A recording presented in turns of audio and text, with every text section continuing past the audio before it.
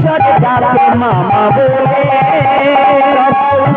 স্বরে ডাকে মামা বলে, তারাই উচ্চ স্বরে ডাকে মামা বলে।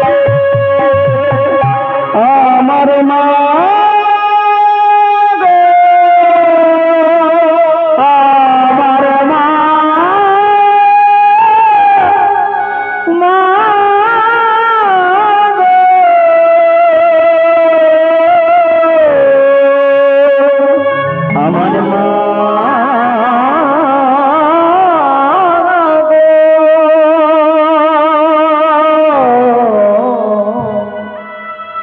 আমার মা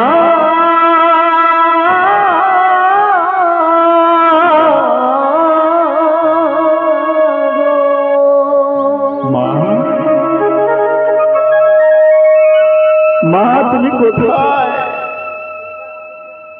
যখন কোনো সন্তান এতদিন পরে জন্মের পর থেকে ওই অভাগিনীকে কেউ মা বলে ডাকেনি, পরপর 7 জন সন্তান জন্মগ্রহণ করেছে, কেউ আজ পর্যন্ত মা বলে ডাকেনি।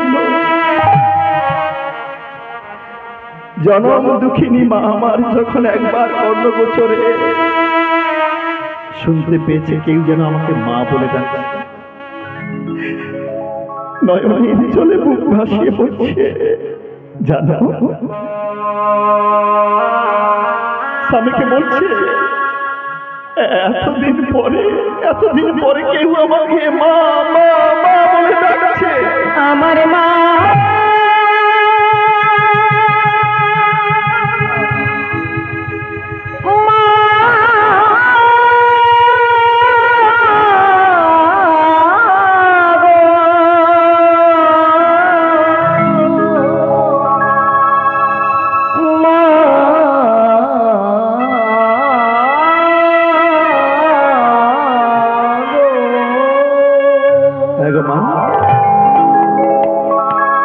এই জগতে যে মা হয়েছে সে জানে, সন্তান যখন মা মা বলে চিৎকার করে ডাকে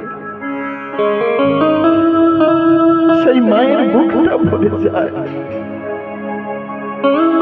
মাতা দেবকী বলছে, কৃষ্ণ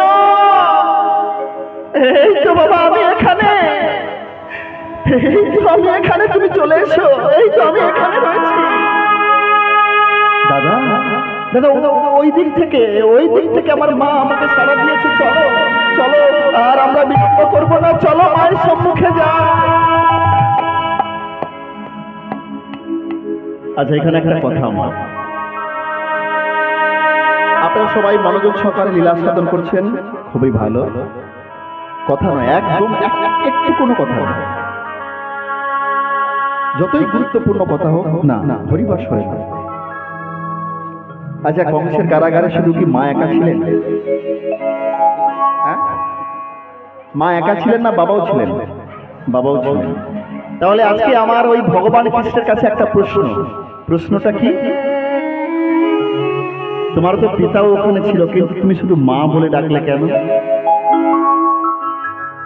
তুমি তো কই একবার বাবা বলে ডাকলে না?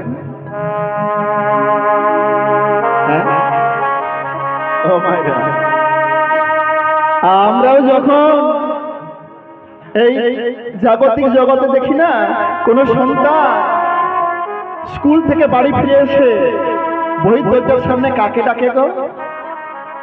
বাবাকে, মা। কেন? আপনার সন্তান খেলার মাঠে খেলা শেষ করে বাড়ির সামনে এসে কাকে ডাকে? মা না বাবা? মা মা মা বলে চিৎকার করে ডাকে, মা বেরিয়ে আসে। আচ্ছা কোন মাকে যদি কোনো সন্তান ডাকে, কোন মা কি স্থির থাকতে পারে গো? কোন মা স্থির থাকতে পারে না। কিন্তু প্রশ্নটা হলো আমরা বাবা না বলে মা বলি কেন? বলতে পারবেন? আজকে আমার উত্তর নয়, ভগবান কৃষ্ণকে প্রশ্ন করা হয়েছে। আমরা না হলে মায়ের সঙ্গে বেশি সময় থাকি, মাকে একটু বেশি ভালোবাসি, তাই তো দিনের পর দিন হরিবাসর শেষ করে বাড়ি ফিরে আসতে প্রায় কোনোদিন 4টা কোনোদিন 5টাও বেজে যায়।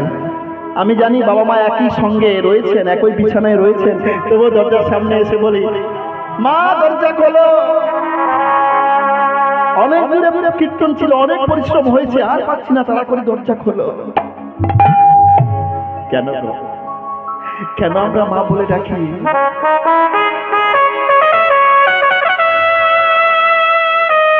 আমরা মায়ের সঙ্গে বেশি সময় থাকি বলে, মাকে বেশি ভালোবাসি বলে? বলছে না গো, তার জন্য নয়।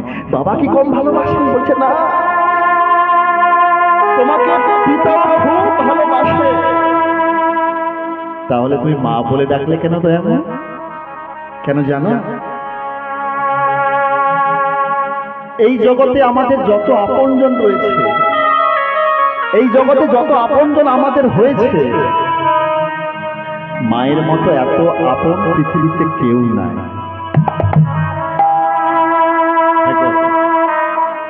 মা কেমন আপন জানো? এই পৃথিবীতে সন্তানকে, একজনকে সবাই ভুলে যেতে পারে, কিন্তু সন্তানকে মা কোনোদিন ভুলতে পারে না। মা কোনোদিন ভুলতে পারে না। সন্তান ভুলে যায়, কিন্তু মা কোনোদিন সন্তানকে ভুলতে পারে না। মায়ের সঙ্গে সন্তানের কিসের সম্পর্ক জানো? নারীর সম্পর্ক, নারীর সম্পর্ক।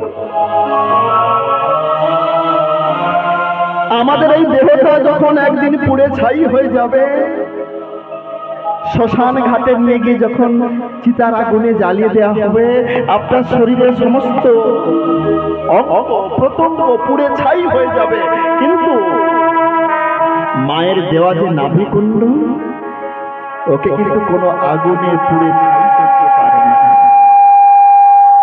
কোনদিন মায়ের সঙ্গে সম্পর্ক শেষ হয় না সন্তানের।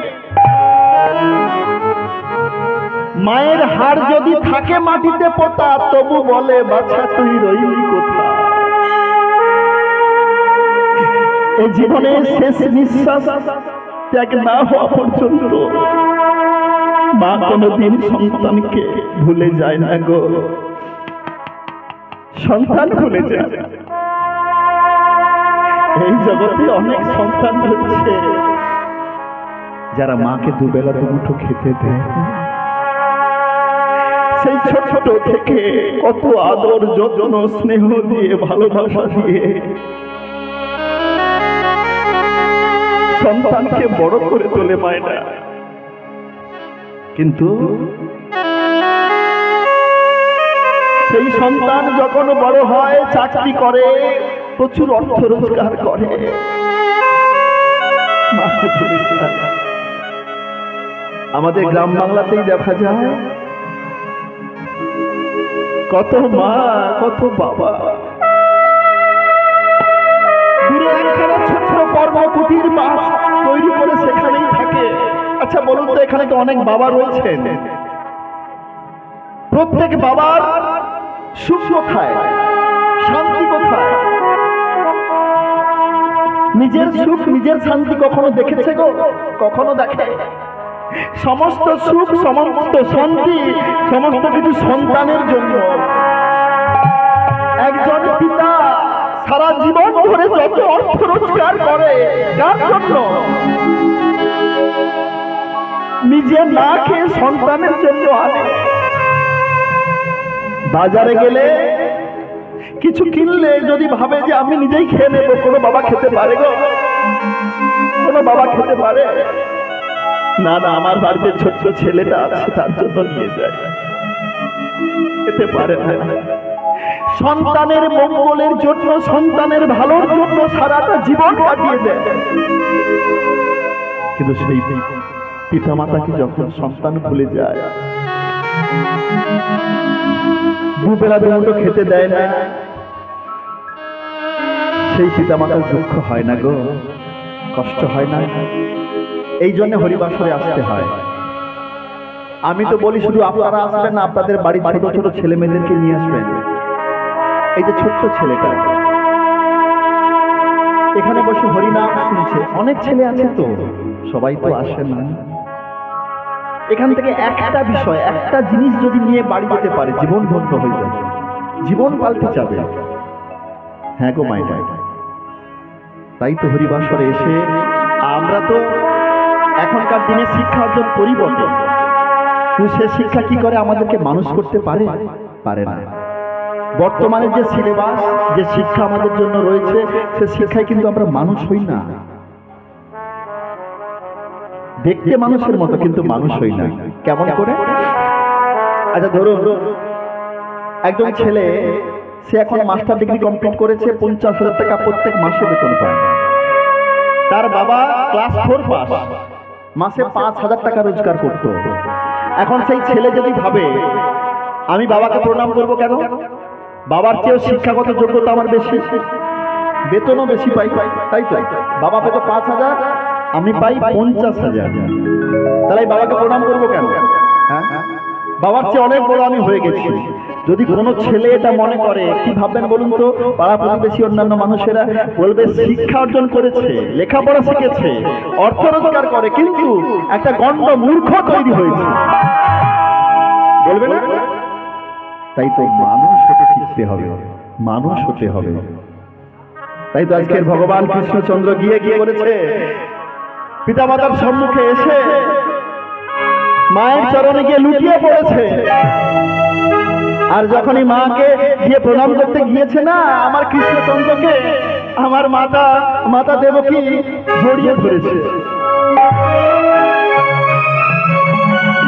কৃষ্ণ, এই অভাগিনী মায়ের কথা এতদিন পরে মনে পড়ল রে। কতদিন, কতটা বছর তোর আশা পথ পানেছে বসে আছি। হ্যাঁ রে বাবা, আমি তোর মা, আমি তোর মা হয়ে আমাকে এমন দুঃখ কষ্ট যন্ত্রণা পেতে হলো কেন? বলতে পারিস? বলতে পারিস কৃষ্ণ? আমি শুনেছি তুই কোনো সাধারণ মানুষ ন, তুই কত এই বয়সে কত কিছু করে ফেলেছিস। তোর যখন মাত্র 5 দিন বয়স, সেদিন তুই কি করলি? পুতনাকে বধ করলি। তারপরে অঘাসুর, বকাসুর, কত কিছু করলি, কত অসুরকে বধ করলি, কালিয়নাগকে দমন করলি। ওই গিরিগোবর্ধন পর্বতকে তোর বাম হস্তের অনুষ্ঠানগুলিতে ধারণ করলি। কিন্তু আমি তোর মা, আমি তোর মা হয়ে আমাকে কেন এমন করে হস্তপদ শৃঙ্খলে আবদ্ধ অবস্থায় কংসের কারাগারে থাকতে হলো রে? বল কৃষ্ণ। আমার তো চোখের জল ছাড়া আর কিচ্ছু নেই রে। সারাক্ষণ সর্বদাই শুধু তোকে চোখের জলে দেখেছি। কবে আমার কৃষ্ণ আমার কাছে এসে আমার এই দুঃখ নিবারণ করবে? হরে কৃষ্ণ রে।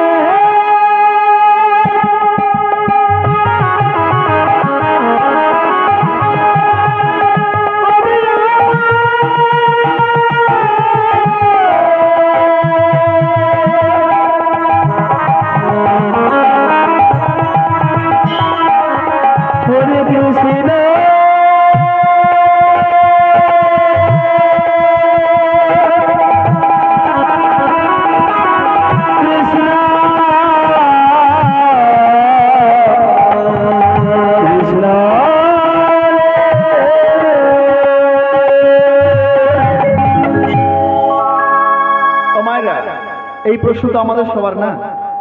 আর তুমি ভগবান হয়ে তুমি মাকে এত কষ্ট দিলে কেন? আমরা না হলে ভুলে আমাদের মাকে একটু দুঃখ দিয়ে ফেলি, কষ্ট দিয়ে ফেলি। তুমি তো ভগবান, তুমি ভগবান হয়ে মাকে কেন এত দুঃখ, এত যন্ত্রণা, এত কষ্ট দিয়েছ? এবার কৃষ্ণচন্দ্র এসে মাকে বলছে, জানো মা, তোমাকে এত কষ্ট কেন, দুঃখ, এত যন্ত্রণা পেতে হলো? হ্যাঁ বল, বল না, আমি কি দোষ করেছি? আমি কি অন্যায় করেছি? জানো মা, পাপ ছাড়ে না বাপকে। তুমি পূর্ব জন্মে অন্যায় করেছিলে, পাপ করেছিলে, তাই জন্য এই জীবনে তোমাকে এত দুঃখ, কষ্ট, যন্ত্রণা পেতে হলো। কি বলছিস? আমি কি করেছি? মা তোমার মনে নেই? মা তোমাকে আমি স্মরণ করিয়ে দিচ্ছি, শোনো। ত্রেতা যুগে তুমি ছিলে আমার মাতা কইকেয়ী, তোমার মনে আছে না? ত্রেতা যুগে তুমি ছিলে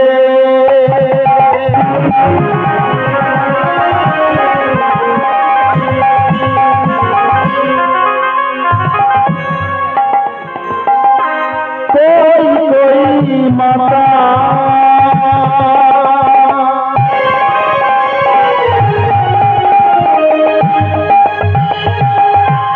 ত্রেতা যুগে তুমি ছিলে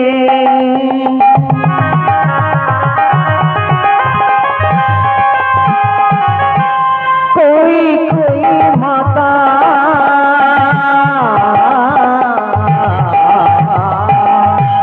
ত্রেতা যুগে তুমি ছিলে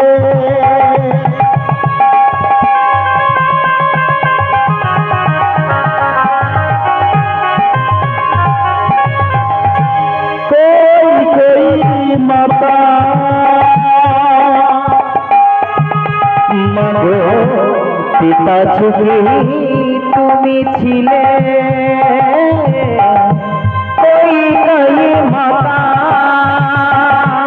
তোমারি বনে বনে পাঠালো যে পিতা তোমারি বনে বনে পাঠালো যে পিতা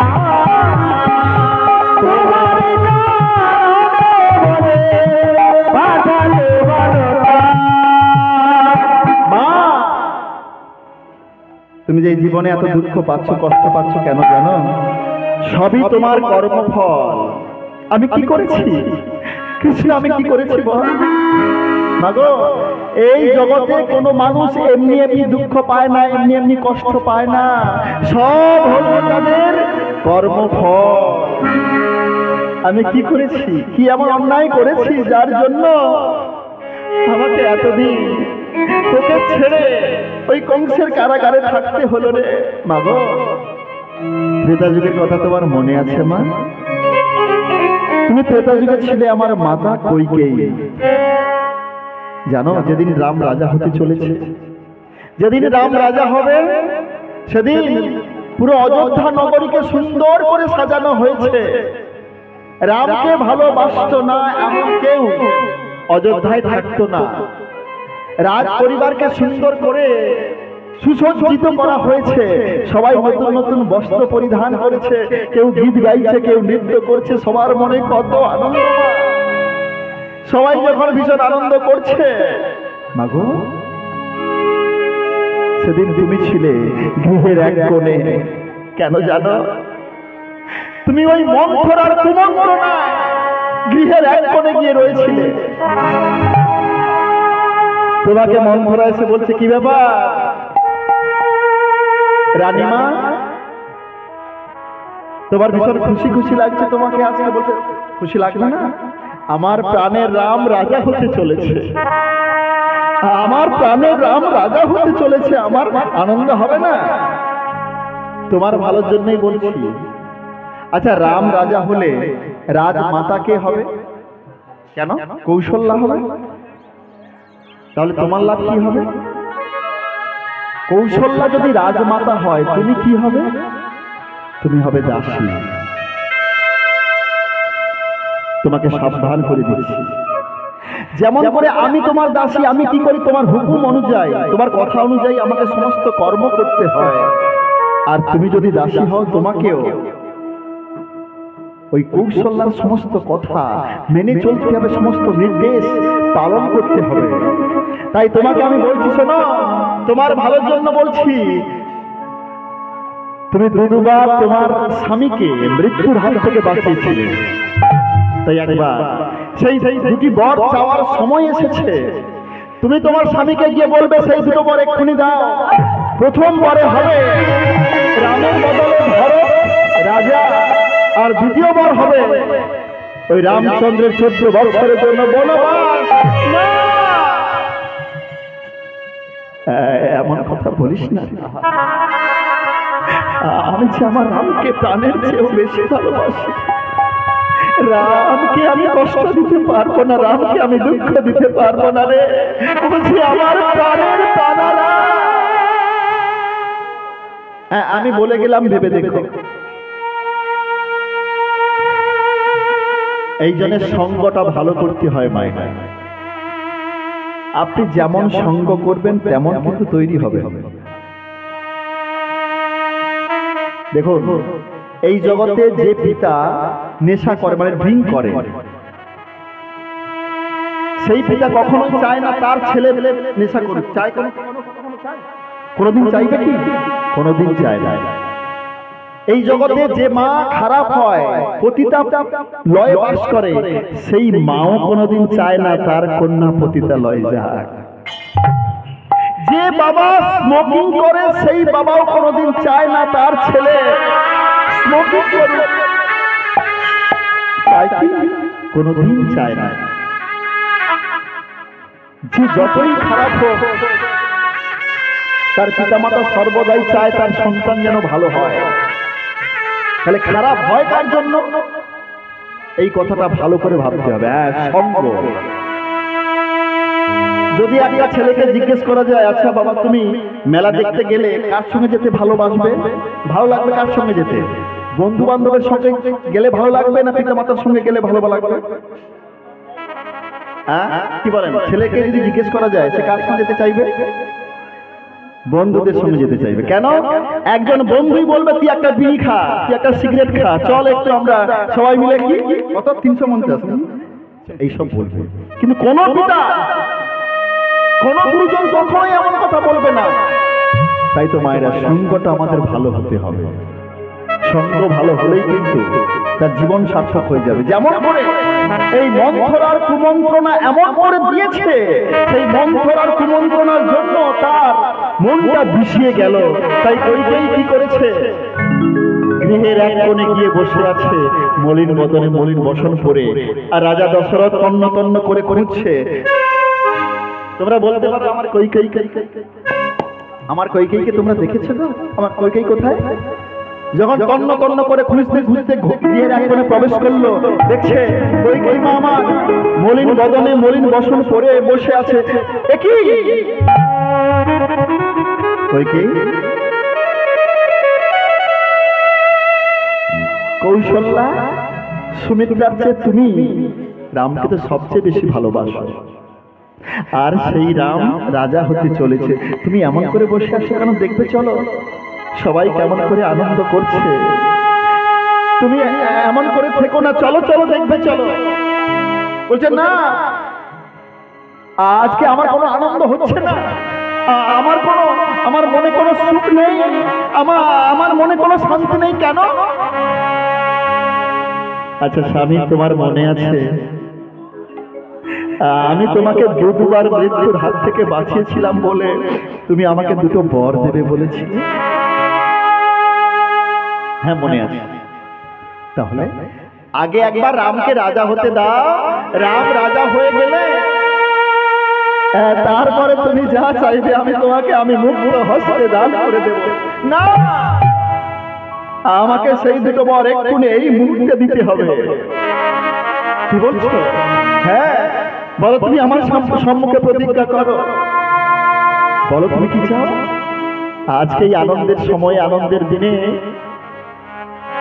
তুমি আমার কাছে যা চাইবে তোমাকে আমি দেব। জানো, জীবনে এতগুলো বছর, এতগুলো মাস, এতগুলো দিন, এতগুলো রাত্রি কাটিয়েছি, আজকের মতো এত আনন্দ আমি কোনোদিন পাইনি। জানো, আমি আমার রামকে যে কতটা ভালোবাসি তুমি জানো না? আমার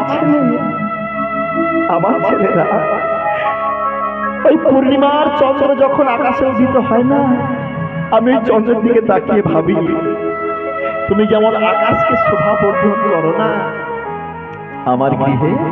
আমার গৃহে যে আমার রাম আছে, আমার মনে হয় এও একটা চন্দ্র। আমার বাড়িতে চাঁদ রয়েছে, আমার রামকে আমি সন্তান দুটো পেয়েছি। জানো কইকেয়ী, সেই রাম রাজা হতে চলেছে। আজকে ভীষণ আনন্দের দিন গো, আজকে ভীষণ আনন্দের দিন। বলো তুমি কি চাও?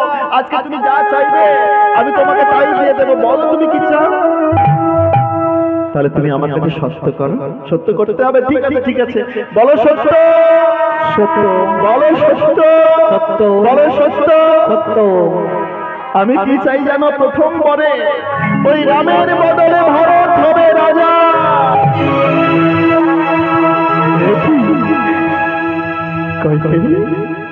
তুমি কি বলছো? তুমি কি আমাকে পরীক্ষা করছো? আমি রামকে কতটা ভালোবাসি।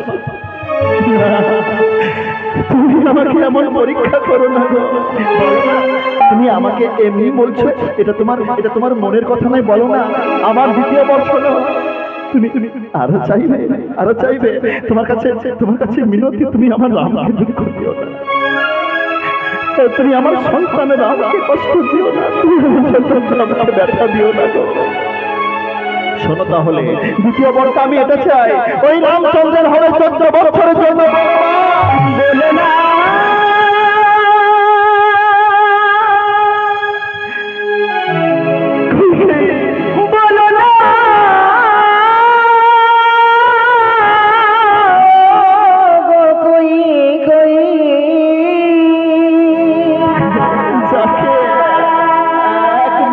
না দেখলে আমি থাকতে পারি না। তুমি কেমন করে বলিলে কথা,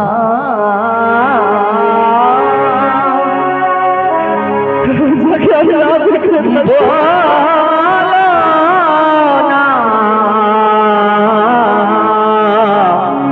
বলো না, বলো না।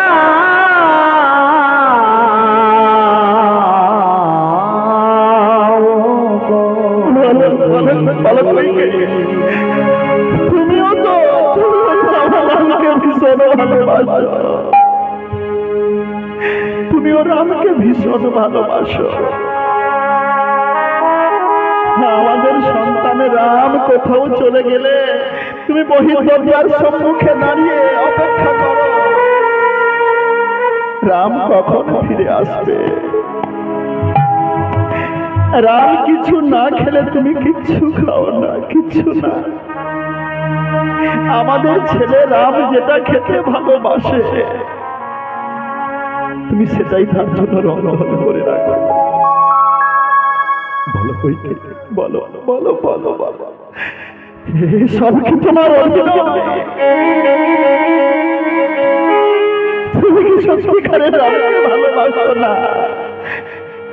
এতদিন তুমি অভিনয় করেছো, এতদিন তুমি ছলনা করেছো না। তুমি আমার করে কষ্ট দিতে পারো না। তুমি আমার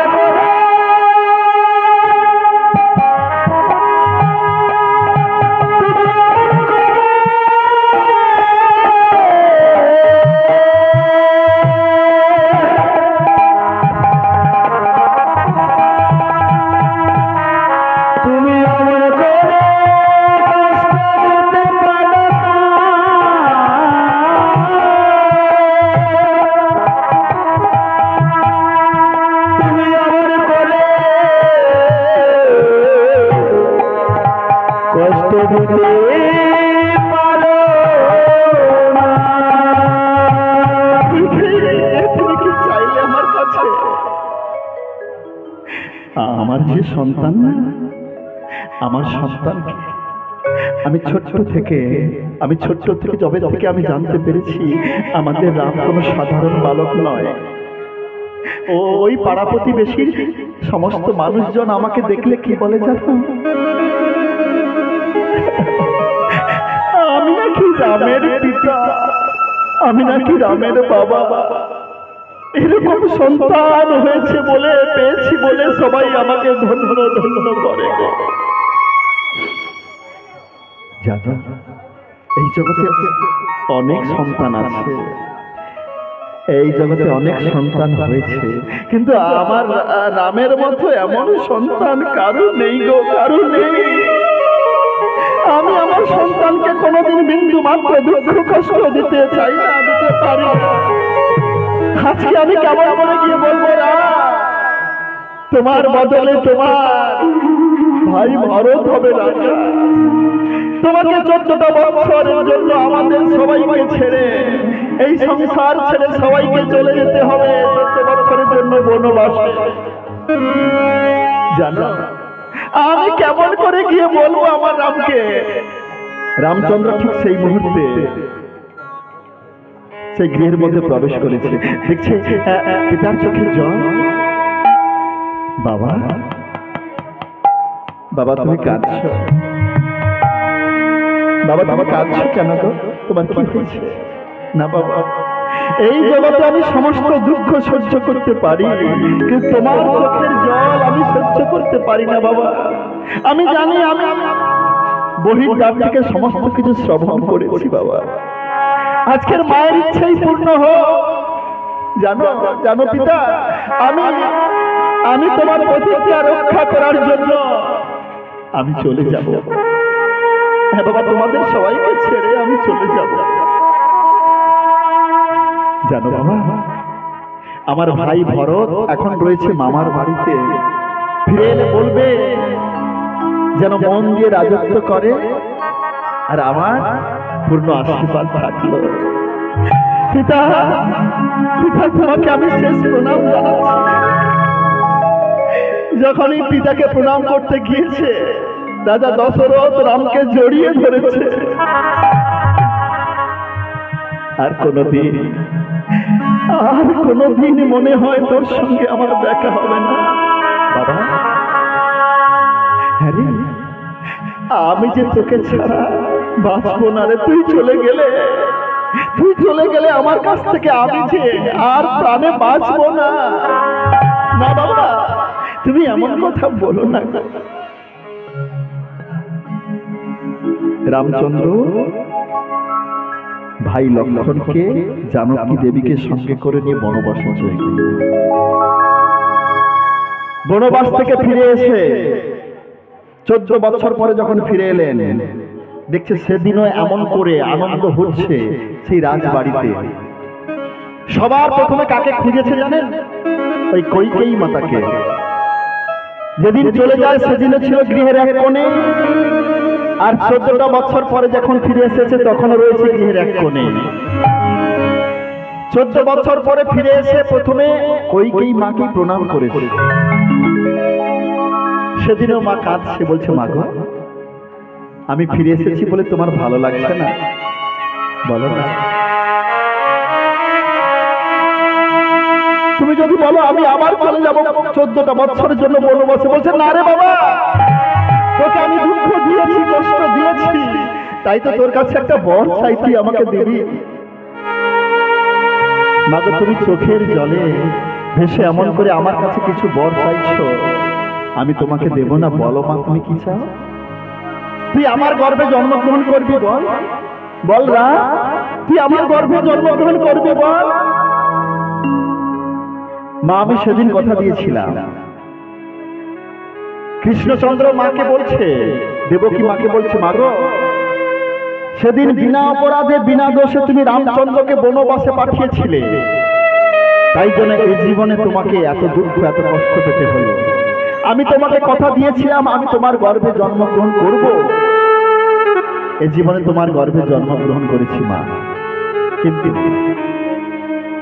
তুমি আমাকে সেদিন এত দুঃখ এত কষ্ট এত যন্ত্রণা দিয়েছিলে বলে এই জীবনে তুমি এত দুঃখ এত কষ্ট তুমি পেলে মা। আজ কৃষ্ণ জন্মের পরে তোকে একটিবারের জন্য আমি কোলে করে মাতৃত্বের স্বাদটা পেলাম না রে। একটিবারের জন্য তোকে কোলে করে আমি আদর করতে পারলাম না। তুই একটিবারের জন্য আমার স্তনদুগ্ধ পান করলি না। বল বল বল কৃষ্ণ, তুই আমার স্তনদুগ্ধ পান করলি না কেন? জানো মা, আমি যখন বনবাসে চলে যাব ঠিক সেই সময় আমার মাতা কৌশলা এক বাটি দুগ্ধ নিয়ে এসে বহির দরজায় দাঁড়িয়েছে। আমি যখন ওই দুগ্ধ পান করতে যাব ঠিক সেই সময় তুমি ছুটে এসে ওই মায়ের হাত থেকে দুগ্ধের বাটিখানা ফেলে ফেলে দিয়ে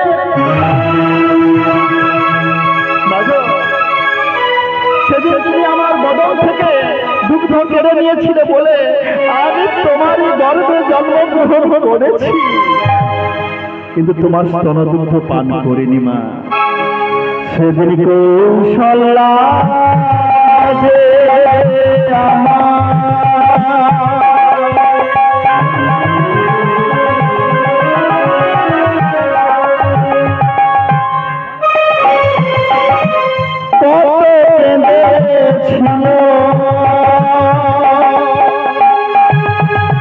সেদিন কৌশল্যা মাঝে আমার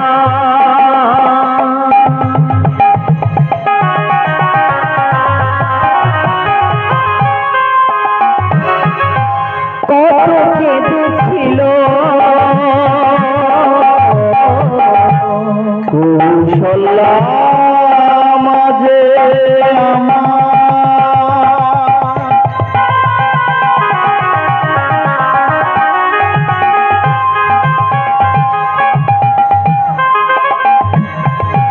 কত কেঁদেছিল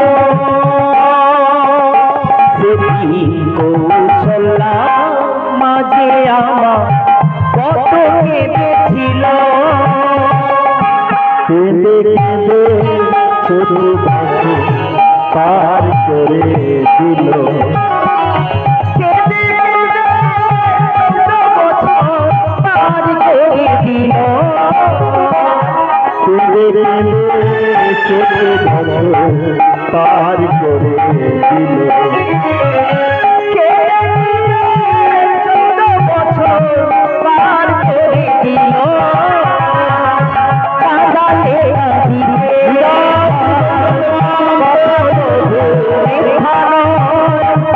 শোনো মাগো শাস্ত্রেরই বচন শোনো মাগো শোনো মাগো শোনো মাগো শাস্ত্রেরই বচন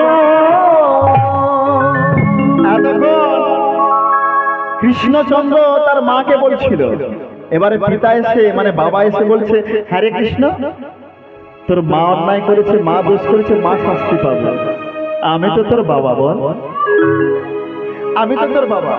তোর মায়ের সঙ্গে আমাকেও কেন ওই কংসের কারাগারে থাকতে হলো? আমাকেও হস্তপদ শৃঙ্খলে আবদ্ধ অবস্থায়, বক্ষের উপরে পাষাণ চাপানো অবস্থায় কেন থাকতে হলো রে? বল, বল না, বল কৃষ্ণ, বল। বলছে, বাবা, এটাও তোমার অপরাধ, এটাও তোমার দোষ।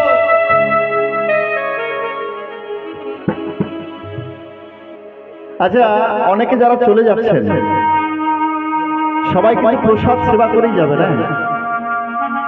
আজকের এই বাবুর বাড়িতে আমরা সবাই, দেখুন, আমি যদি আপনার বাড়িতে যাই, আপনি কিন্তু আমাকে খাওয়াতে পারবেন, কিন্তু প্রসাদ দিতে পারবেন না। সবার জন্য অন্ন প্রসাদের ব্যবস্থা আছে।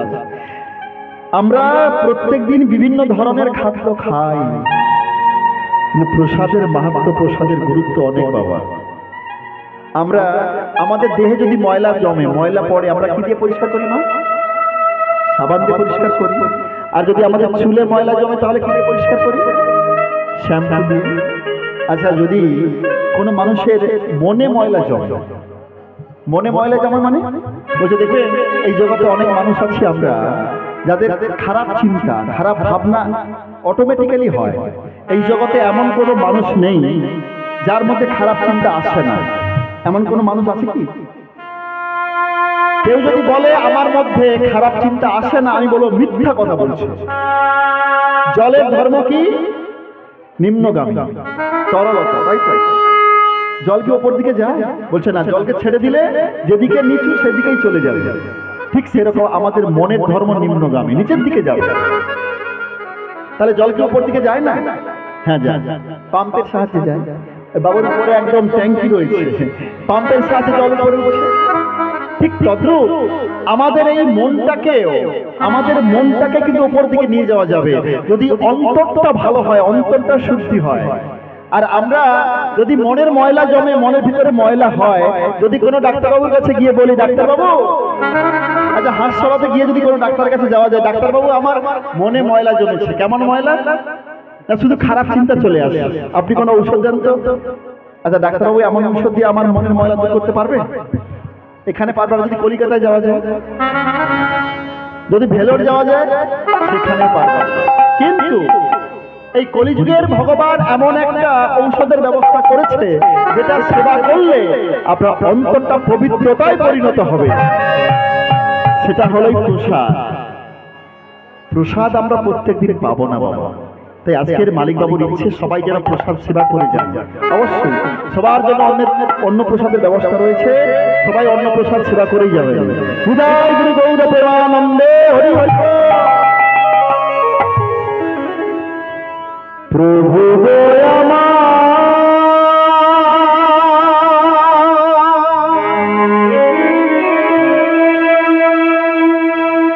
কৃপা করো, দয়া করো একবার, কৃপা করো একবার, প্রভু গো আমার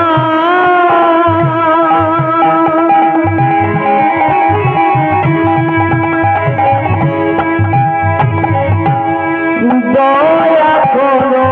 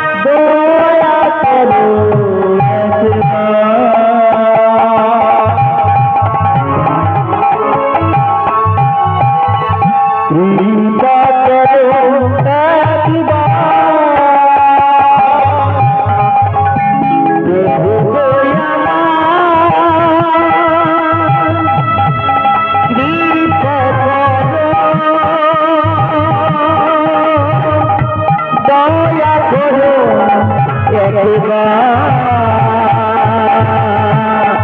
কৃপা করো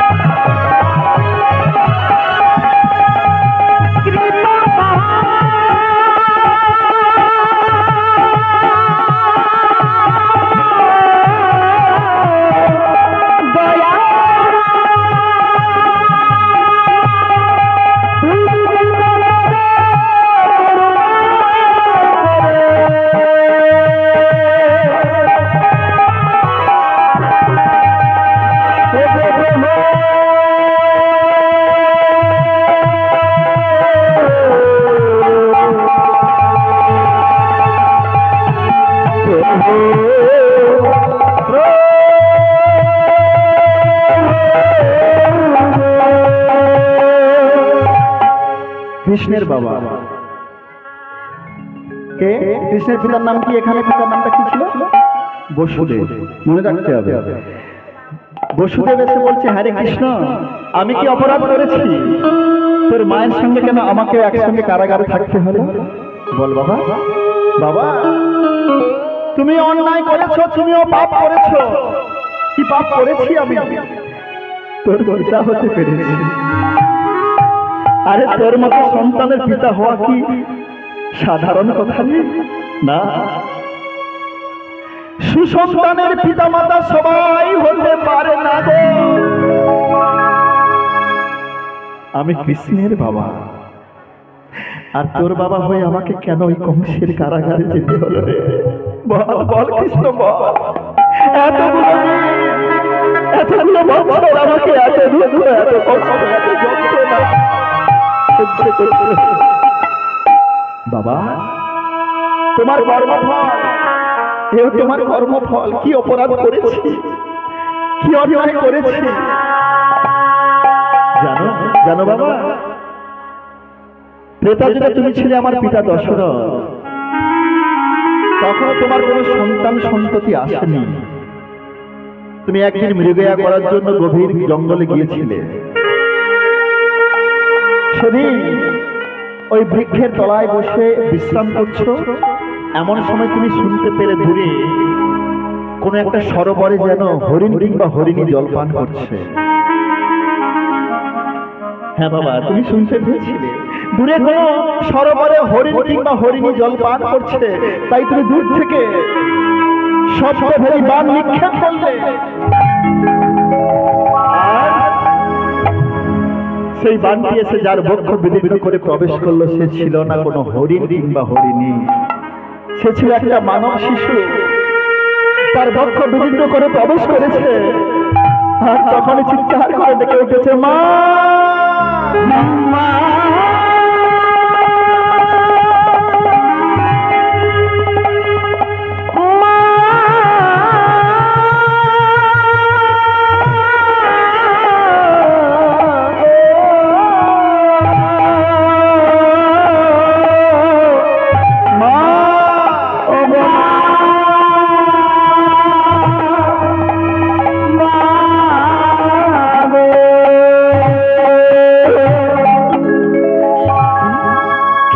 মামা বলে ডাকছে, তাহলে কি কোনো আমি মানব শিশুকে তীরবিদ্ধ করেছি? ছুটতে ছুটতে ছুটতে ছুটতে যখন সরোবরের কূলে এলো, দেখছে সরোবরের কূলে একটা শিশু, ফুটফুটে শিশু, ওই ধুলার ধরনীতে গড়াগড়ি খাচ্ছে আর চিৎকার করে মা মা বলে ডাকছে। বক্ষটা রক্তে রাঙা হয়ে গেল গো, বক্ষটা রক্তে রাঙা হয়ে গেছে, সেখানকার মাটি রক্তে লাল হয়ে গেছে। রাজামশাই এসে তার মস্তকটিকে কোলে করে বলছে, বাবা তুমি কে? তোমার নাম কি? আমার নাম সিন্ধু। সিন্ধু বাবা, তোমার যন্ত্রণা হচ্ছে? আমার ভীষণ যন্ত্রণা হচ্ছে, আমার মনে হয় আমি আর প্রাণে বাঁচবো না। আচ্ছা, খাওয়া দাওয়া কি শুরু হয়ে গেছে? ঠিক আছে, আমিও কীর্তন বন্ধ করে দেবো এক্ষুনি, চাপ না, এটা ঠিক না। বাবা তোমার ভীষণ কষ্ট হচ্ছে না? আমি আর যন্ত্রণা সহ্য করতে পারছি না, আমার এক্ষুনি মৃত্যু হয়ে যাবে। না বাবা, তোমার নাম কি? তোমার নাম কি? আমার নাম সিন্ধু। আমার বাবার নাম হলো অন্ধমুনি। তুমি অন্ধমুনির সন্তান? তুমি অন্ধমুনির সন্তান? হ্যাঁ, আমি জল আনতে এসেছিলাম। আমার তো এক্ষুনি মৃত্যু হয়ে যাবে, তাই আমার পিতামাতাকে গিয়ে মৃত্যু সংবাদটা জানিয়ে দেবে। রাজার কোলে মস্তকখানা রেখে ওই সিন্ধু শেষ নিঃশ্বাস ত্যাগ করলো। যে সন্তানকে দেখলে জীবনের সমস্ত দুঃখ চলে যাবে, এত সুন্দর সন্তান যে বাবা এখনো পর্যন্ত কোনো সন্তান সন্ততির জন্ম দিতে পারল না, সেই সন্তানের মৃত্যু হলো সেই বাবার কোলে। ও দিদি, আরে সবাইকে একসঙ্গে খেলবে না, এটা ঠিক না। যখন যার প্রয়োজন পড়ে সে যাবে, ডাকার দরকার নেই। কি করেছি আমি? কি করলাম? সেই সন্তানকে নিয়ে যখন অন্ধমণি দ্বারের সামনে এসে উপস্থিত হয়েছে, অন্ধমণি ভাবছে এই বুঝি আমাদের সন্তান ফিরে এসেছে। বাবা তুই এসেছিস, আমার যে ভীষণ তৃষ্ণা পেয়েছে রে, তুই আমাকে জল দে। বাবা তুই কোথায় গেলি? আমাকে জল দে। গৃহের মধ্যে থেকে মা বেরিয়ে এসে বলছে, সিন্ধু দেখি এর মাও চোখে দেখতে পায় না। রাজামশাই দাঁড়িয়ে দাঁড়িয়ে কাঁদছে আর ভাবছে, কি করেছি আমি? যাদের পিতামাতা কেউ চোখে দেখতে পায় না, আমি তাদের সন্তানকে তীরবিদ্ধ করে হত্যা করেছি। সিন্ধু তুই দাঁড়িয়ে আছিস বাবা? তোর পিতা কতক্ষণ জল চাইছে, গলা শুকনো হয়ে গেল রে বাবা, তুই জল দে। তুই কোনো কথা বলছিস না কেন? আমাদের উপর অভিমান করেছিস, আমাদের উপরে রাগ করেছিস না রে বাবা? অন্ধ পিতামাতার উপরে এমন করে অভিমান করে থাকতে জানি। আমরা তোকে ঠিক মতো দুবেলা সেবা দিতে পারি না, পরনে ঠিক মতো বসন দিতে পারি না রে, তা বলে এমন করে আমাদের মতো পিতামাতার উপরে অভিমান করে থাকবি? আজকে তোর এত বিলম্ব হলো কেন রে? আজ বুঝি তোর কোনো বন্ধুর সঙ্গে সাক্ষাৎ হয়েছিল না? সিন্ধু, এই সিন্ধু, এই সিন্ধু, সিন্ধু, তুই কথা বলছিস না কেন? রাজামশাই আর থাকতে পারলো না, বলছে মুনিব, তো আমাদের সিন্ধু নয়? আমাদের সিন্ধু, আপনাদের সিন্ধু এসেছে, তাহলে আপনি তো? আমি হলাম রাজা দশরথ, আমাদের সিন্ধু যদি এসেছে, আমাদের সিন্ধু কেন কথা বলছে না? আমাদের তাকে সাড়া দিচ্ছে না কেন? মুনিব, আপনাদের সিন্ধু এ জীবনে কোনোদিন আর আপনাদের ডাকে সাড়া দেবে না। আপনাদের ক্ষুধায় অন্ন দেবে না, পিপাসায় জল দেবে না। রাজামশাই কেন? আমাদের সিন্ধু, সিন্ধু কোনোদিন এমন করে অভিমান করতে চলে যেতে পারে না কোথাও। বলুন না আমাদের সিন্ধুর কি হয়েছে? এই আপনাদের সিন্ধুকে না, তোর কি হয়েছে? তুই কথা বলছিস না কেন? দেখো না আমাদের সিন্ধু কথা বলছে না কেন? দেখো না সিন্ধু মা বক্ষ মাঝে লুটিয়ে পড়ে সিন্ধু একটি বারের জন্য মা মা বলে ডাক।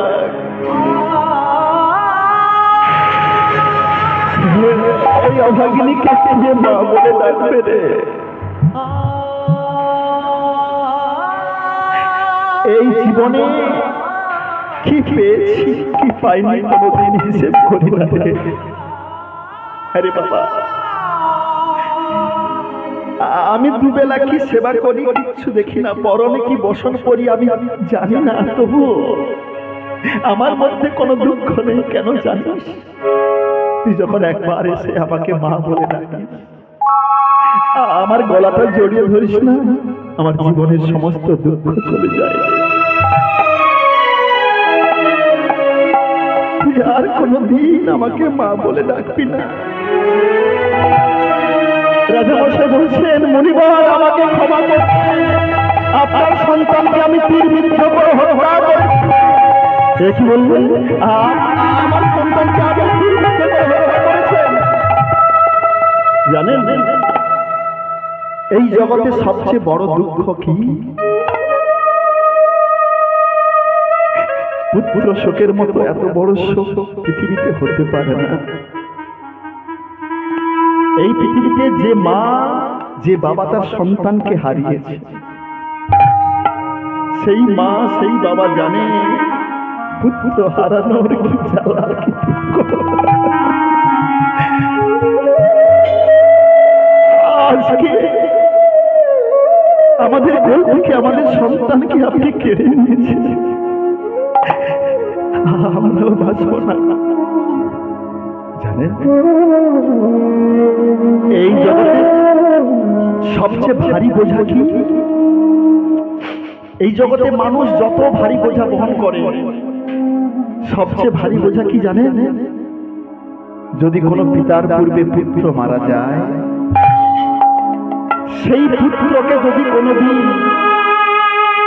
কোন পিতা কাঁধে করে শ্মশান ঘাটে নিয়ে যায়,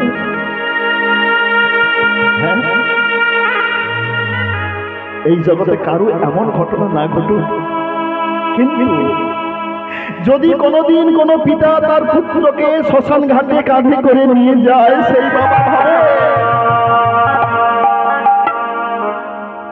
জীবনে যত বোঝা বহন করেছি, এমন ভারী বোঝা আমি কোনোদিন বহন করি। এক পায়ে গেলে যেন মনে হয় 10 পা পিছিয়ে আসে। যে ছেলে আমার কিছুক্ষণ আগে মা মা বলে চিৎকার করে ডেকেছে, বাবা বাবা বলে ডেকেছে, সেই সন্তান এখন আর কথা বলছে না।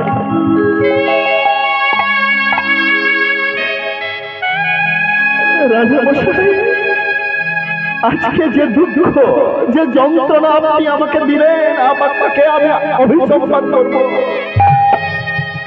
এমন দুঃখ, এমন কষ্ট আপনাকে পেতে হবে। এই পুত্রের জন্য আপনাকেও মৃত্যুবরণ করতে হবে। শুধু এই যুগে নয়, আগত বাপর যুগে এই সন্তানের জন্য থাকতে হবে। হস্তপদ শৃঙ্খলে আবদ্ধ থাকবে, বক্ষের উপরে থাকবে পাষাণ। আপনাকে অনুসম্পাদ করলাম, অনুসম্পাদ করলাম, অনুসম্পাদ করলাম। কৃষ্ণ বলছে, বাবা আমি তোমার সন্তান হতে পারি, কিন্তু পাপ কখনো কাউকে ছাড়ে না। জানো মা, কাঁদালে দিতে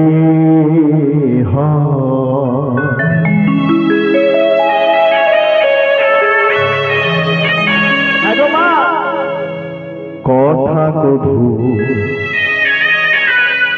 মিথ্যা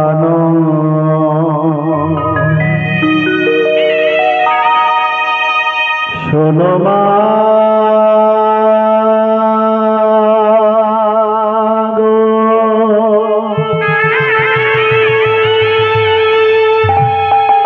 শাস্ত্রের বচন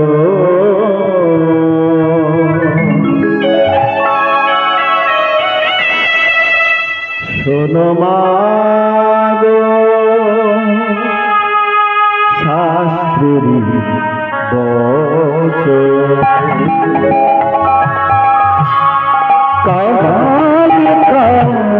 দিতে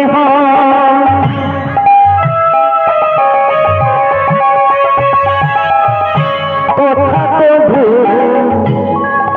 মিথ্যা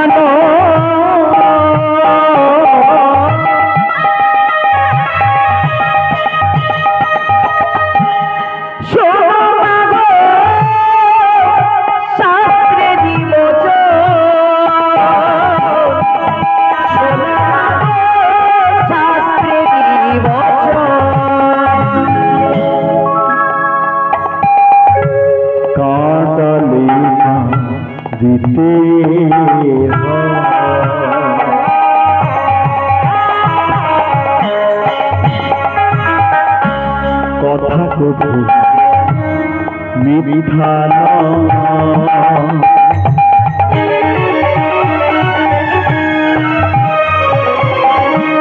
শোনো মা গো,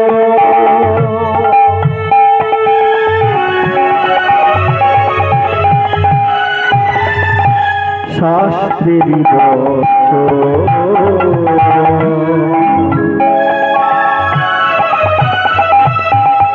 শোনো মা গো,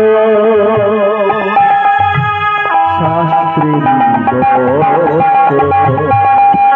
কাঁদালে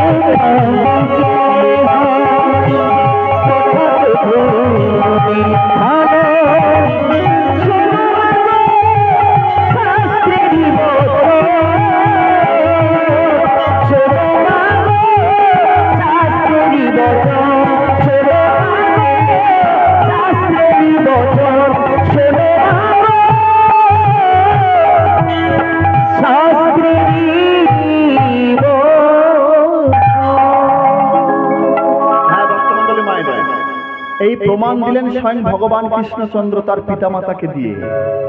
অপরাধ করলে তোমাকে শাস্তি পেতেই হবে। এই জগতে আমরা যারা দুঃখ পাই, কষ্ট পাই, কেন পাই? আমাদের নিজেদের দোষের জন্য পাই গো। তুমি যদি কোনোদিন কাউকে দুঃখ দাও না, তুমি কোনোদিন যদি কাউকে কষ্ট দাও, তোমার জন্য যদি কোনোদিন কোনো মানুষ চোখের জলে ভাসে, তুমি যদি কারোর নয়নে এক ফোঁটা চোখের জল ঝরাও, তোমাকে অনেক গুণ বেশি কাঁদতে হবে। হ্যাঁ গো বাবা, জীবনে এই প্রতিজ্ঞা করবেন যেন কাউকে কোনোদিন দুঃখ না দিই। আমার জন্য কোনো মানুষ যেন কোনোদিন কোনো কষ্ট না পায়, আমি যেন কারো হৃদয়ে কোনো আঘাত যেন কোনোদিন না করতে পারি। যদি কোনো মানুষ এই প্রতিজ্ঞা করতে পারে, সেই মানুষ কোনোদিন কষ্ট পাবে না, কোনোদিন দুঃখ পাবে না। এ জীবনে যা কিছু পেয়েছো সবই তোমার কর্মফল। এ জীবনে যেমন স্বামী পেয়েছো, এটা তোমার কর্মফল। যেমন পুত্র পেয়েছো, কন্যা পেয়েছো, পরিবার পরিজন পেয়েছো, বন্ধু পেয়েছো, এও যে তোমার কর্মফল গো। হ্যাঁ ভক্তমণ্ডলী, একজন ছেলে এমন সন্তান হয় যার পিতাকে সবাই এসে বলে, সত্যি আপনি একজন সন্তানের পিতা হতে পেরেছেন গো। এত